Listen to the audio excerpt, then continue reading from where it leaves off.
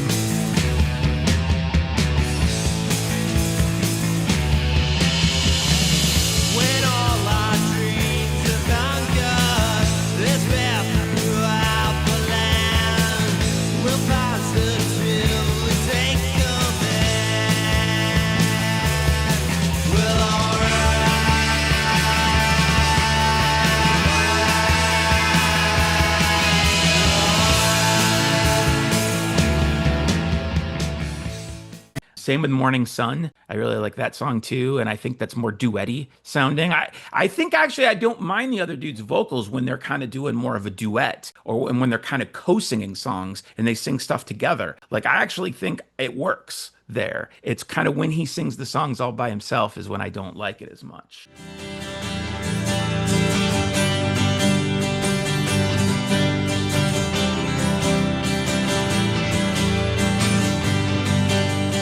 Wind it blows right through the walls. The raindrop like a teardrop falls. A night of thinking about yourself.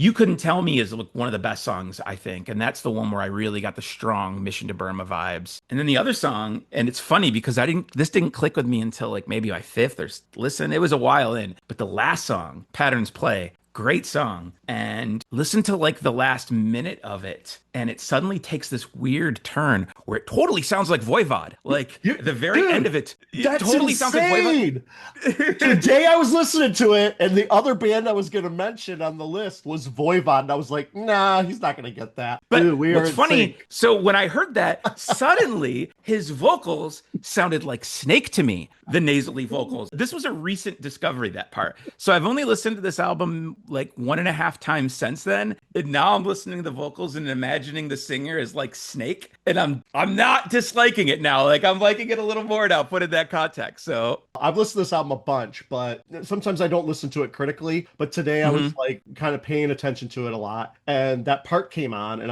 I did a double take. I was like, wait a minute. I'm like, this sounds like Voivod. And I thought that the same thought. I was going to write down Voivod, and I was going to see Roger's just going to laugh at me. So I'm not going to do it, but that is so funny that we at the same time thought that's cool. Almost at the same time. That is pretty awesome.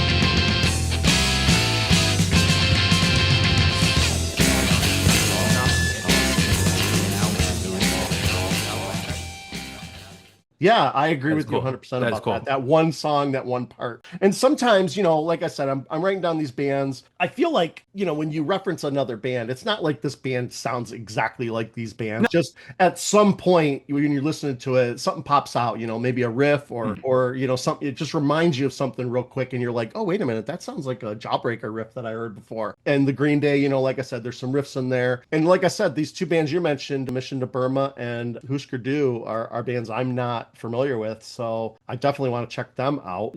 Like I said, I'm just going off references of stuff that I'm familiar with, so there like you said, there's probably is bands that this sounds more like than the ones I'm referencing. Well, what's interesting about this, like we just said when I started, it's a one and done, and I just can imagine, if they had a chance to do a second one or whatever, how they would improve or change a lot of this stuff on here that is amateurish. Maybe they would have switched vocals more often. Maybe they would have got that criticism and decided to change things up a little bit. So it would have really been interesting if they had continued, and I think that they would have kind of fit in with a lot of the stuff that would have been going right into the 90s. I think that they would have done a good job. I'm not buying a lot of records nowadays, but I would consider picking that up. I don't know. I'm so glad that I found it. I think that's the best part about the whole thing, is that I found a good album that I enjoy a lot. I think I enjoy it more than you, but yeah, it's good though. I like it. Yeah, it's a cool album. So what would you rate it as out of 5 stars? I'd give it a strong 3.5. Really good. Okay, that's probably the best album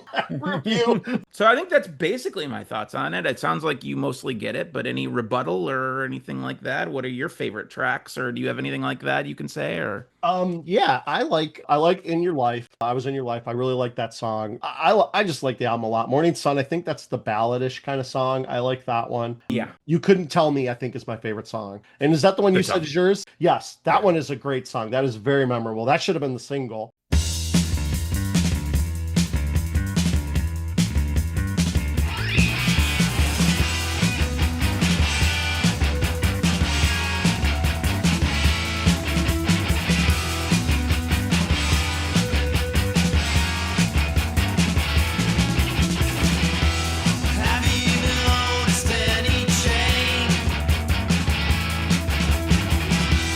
After years of killing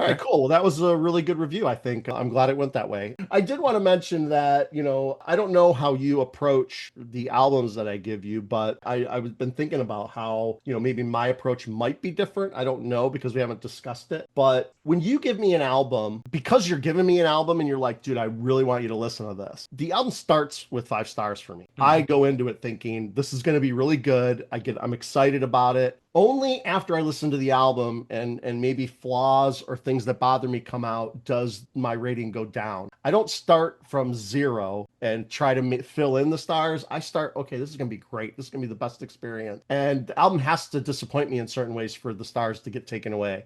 I don't know if you feel the same way or if you approach it the same way. I don't really think about it, to be honest with you, so I don't know if I have an approach, but I think most likely, just if you're making me think about it, I'm probably the opposite. I'm probably more like Tom Atkinson, Night of the Creeps, answering the phone and saying, thrill me. I'm coming in with the side eye of everything, and maybe that's just my more inherent negativity. I don't know. But I also think that first impression is really huge, and I think that has changed from album to album you've given me. And I would say this one, I listened to it once and I was just like, boring. And that really didn't inspire me. I think this took us 3 weeks to do because I think the first week and a half, I hardly listened to it at all because I was like, boring. And then like 3 or 4 days later, I listened to it again. I think initial impressions is a lot steer a direction of it. And even earlier this week, I think was the turning point when I agreed to, yeah, let's do it Friday. And I was like, shit, I got work to do because I've barely listened to this album. So like, I actually like I was that bad student who just waited till the very end and starts crammed at the very end. But like during the cram session, I was like, I like this. All right, so we're going to go into the second we're going to talk about, which is going to be the album that Roger gave me as my amplified assignment. And that is the album that he is holding over here, which is the Nash Kato solo album called Debutante. I ended up picking up the album myself. It comes with a 7-inch. It comes with a sticker or a hype sticker that says, "The Man from Urge Overkill Return." Yeah, Roger, go ahead and tell me a little bit about this album and why you assigned it to me. Okay, I'd love to. Hopefully, I'm going to keep this short as possible, but I also want to give a little history of Urge Overkill in me. So this is a band that I've always really been into up until they broke up. And their last album, I think, Exit the Dragon, was 95. They had a lot of issues, those guys, and substance abuse and just kind of getting along. They've come out of it okay. Unfortunately, one of the dudes isn't around anymore, but they broke up. This came out in 2000, which would have been 5 years after the Exit the Dragon. Half the songs off this record were supposed to be for the next Urge Overkill record. So Urge Overkill, the main two guys would be Eddie King Roser, and Nash Kato, and Blackie Onassis was the main guy for a majority of the story too. Not the very beginning and not the very end, but he was most of this time. At this point, Nash and Eddie were splitting duties on songwriting and vocals. The band had broken up. Nash wanted to record a new Urge Overkill record without Eddie, tried to get the rights, couldn't do it, wrote a few more songs and put it out like this. As a big fan that I was, I bought this right when it came out. This album sold terribly. I think I read online it sold 5,000 copies. I was really excited. I loved this record when it came out. I was trying to get anyone I could to listen to it in 2000, and nobody seemed to care. So with Nash, first couple records, he barely sang at all. And when he did, it was definitely like the novelty song of the record. And then Stull came out after that, the EP, and Stull was amazing. That was a real turning point for me liking this band to loving this band. A couple of years later, it gained notoriety for the Neil Diamond cover, Girl, You'll Be a Woman Soon, in Pulp Fiction. This kind of was, Nash had songs that weren't goofy on this one. And it kind of invented his style of having this rock and roll swagger. Then they got signed to a major label, and Saturation came out. And Saturation is more 50-50. Eddie did half the songs, and they're kind of more of a hard edge type of song. And Nash did the more pop songs that, were more, worked for his vocal style. And what I always loved about Urge Overkill is that mix of those guys. And then they broke up. This album came out, they reunited, and the 2 albums they put out since then, they've reunited, which are both excellent. It was more of them collaborating and 50-50, which I'm really glad that they came to that point. I love this record. Part of me considers it an unofficial Urge Overkill record. Also, part of me thinks it's the Oops, All Crunchberries edition of Urge Overkill. Like, what if Nash wrote every song? What if every song was a pop ditty with swagger. And it's not really an Urge Overkill album when it's like that. I think it's part an Urge album. I think it's part just pure Nash, who to me just bleeds coolness. Like he just has that, like his voice, his attitude. It's rock and roll. It sounds over the top. It sounds just something that maybe would come out in the 70s. Like it's just kind of a tribute to that to me. I don't know what your impressions were, but what did you think when I revealed this for you? Well, first of all, when you revealed it, I was like, like you said, I had no idea it existed. Yeah, I'm definitely a Urge Overkill fan. I am a huge fan of Saturation, to where to me, that's my favorite album of theirs. That's a 5 out of 5, a 10 out of 10. Yeah, I remember years and years later, we were talking and you said that they put out a new album and you really, really liked it, that Submarine album. It was used at the record store down here, so I ended up picking it up. Listen to this album, Nash Kato, and the cover kind of gives it away to me. And I thought of this today. I was like, you know what? All my thoughts about this album, really, this album cover just fucking nails it. This album is a glam rock album to me. It's almost completely like 70s glam rock. It reminds me of Bowie. There's Bowie parts in here. It reminds me of Silverhead because there's a lot of background vocals with, female singers. And the whole side 2 of this album is almost all background vocals. There's horns on it on some songs. Silverhead does horns. It reminds me of Mott the Hoople. Same thing. Horns, glam rock. And it also reminds me, this album you might not be too familiar with, but this is Nick Gilder. Fucking great album. This album is great. And his other album, the one with Hot Child in the City, even if you skip that song because you know it so much. I mean, hold that up. Hold that up. There you go. Very, very similar, right? So, and from what I read, the reviews on this album are kind of middle of the road to bad. There's really no really good reviews that I could find. And a lot of the complaints were the things that you were talking about where, he's like, oh, he's trying to be a rock star and he's got these, lyrics that are kind of silly. Like you said, some of the songs are kind of corny in a way. It didn't hit me immediately, but after a couple listens, there was just a lot of similarities to the albums that I just all showed. So that's the first thing I thought. And again, like you said, very Urge Overkill. I feel like it could have been in their discography, maybe like you said, half of a album that would have been an Urge Overkill album. The other thing that I liked about it is basically that whole first side has a bunch of songs on there with a lot of female background vocals. And I found that one of them is Louise Post from Veruca Salt. She's in the group of the background vocals. Yeah, I thought that was interesting as well. Overall, I'll say I liked this album a lot. I thought it was really good. I think I liked the first half of the album and maybe the first couple songs on side 2. A favorite song, the opener, Zooey Suicide. It's so glam, so good. Just has great background vocals again. That sneering, that snottiness, that swagger. I think that's all glam as well. Like that attitude that the way that he's singing, and yeah, it's very poppy too. Like you said, very very memorable. That's one of my favorite songs on the album.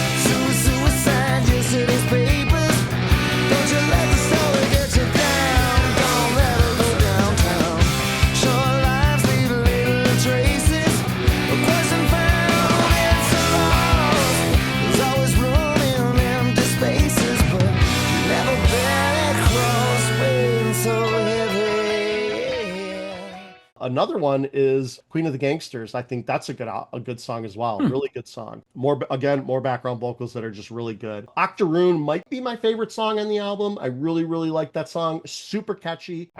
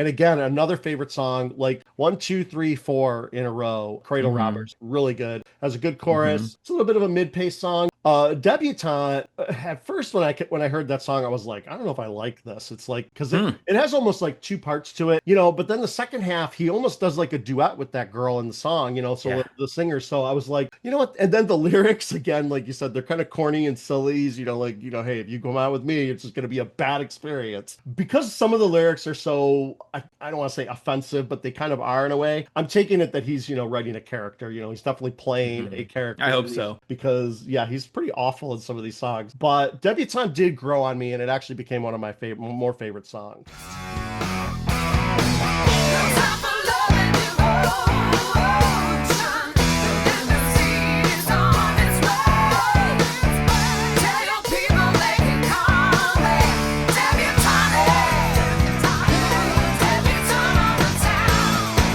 She's so sweet, sweet, sweet. She's the finest debutante in town.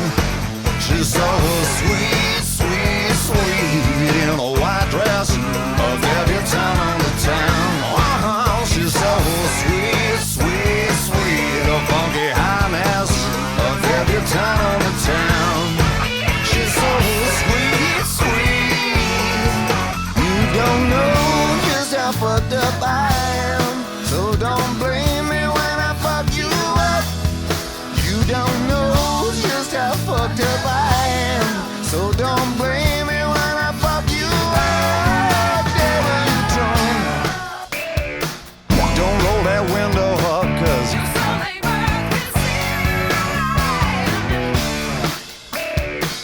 that bruise will cover up, but let me introduce you. Don't think that attitude will catch you, man. Just cause you're hanging with the Kennedy clan. That ain't no lady, that's a rock and roll band. Oh.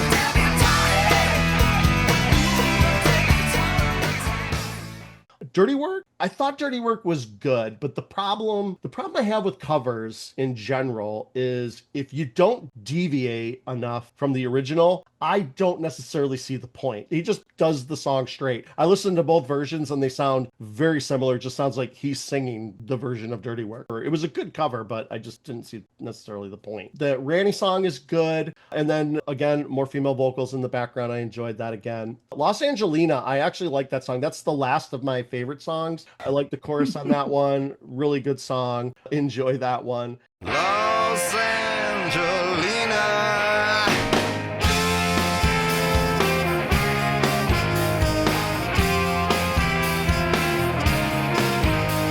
I'm lost in Los Angelina. Drive down her boulevard at night. What you looking for? She's got her reasons why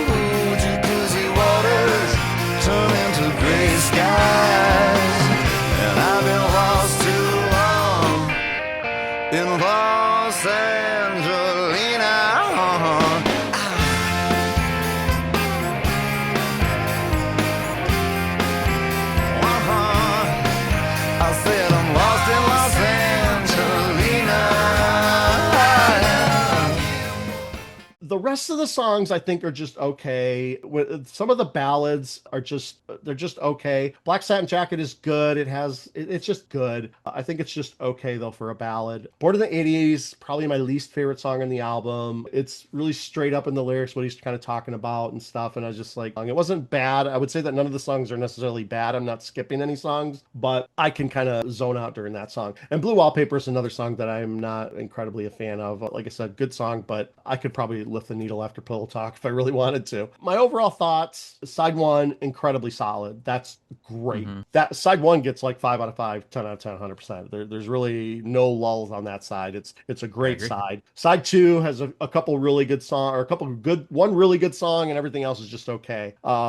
So I would give this album, I'm going to actually do the same. This album actually ranked a little bit higher. I was going to give it a better rating. In context, within Urge Overkill, I think that Nash is just better in that group. I definitely prefer him in Urge. So all the Urge albums that I have, Saturation, Submarine, Oi is the last one, and Eggs of the Dragon, those are all those albums are better than this one in my opinion. So those are all 4 and 5 stars. So this album I'm going to give 3.5 as well, similar to what you said. I think just within the context of the albums, it did start out as a 4. I was like, I'm giving it a solid 4, but then when I listened to the more side 2, I don't want to say I got bored with side 2, but I guess those songs just weren't as interesting to me as side 1. So I was like, this song is not maybe wearing out its welcome just a little bit after repeated listens of 3 weeks, like when we're kind of forcing ourselves to listen to it. But I would definitely pick up this album and play it, even in place of an Urge Overkill. If I'm in the mood for Urge Overkill, I would probably grab this album at any point. But yeah, overall, really good album. I'm glad that you gave this to me. All those albums that I pulled out, I listened to all those today, at least one side, and I love all those albums too. So